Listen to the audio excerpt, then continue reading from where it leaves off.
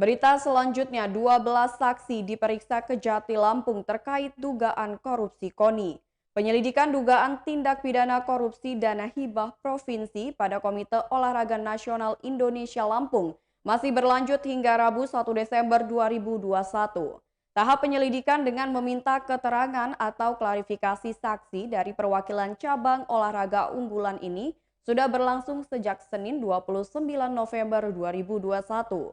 Kasih Penkum Kejati Lampung 1, Made Agus Putra Adiana mengatakan, sesuai dengan jadwal pemeriksaan ada 12 orang saksi yang dimintai klarifikasi.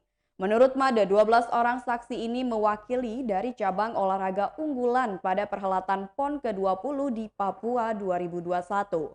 Untuk itu, Made tak dapat menyebutkan berapa saksi yang hadir dalam pemeriksaan yang dilakukan sejak Senin lalu, termasuk saksi-saksi yang harus dimintai klarifikasi oleh penyidik pada hari Rabu. Kalau khusus untuk hari Rabu ada saksi dari cabang olahraga senam lantai, muang thai, dan menembak. Diketahui selama 3 hari pemeriksaan saksi-saksi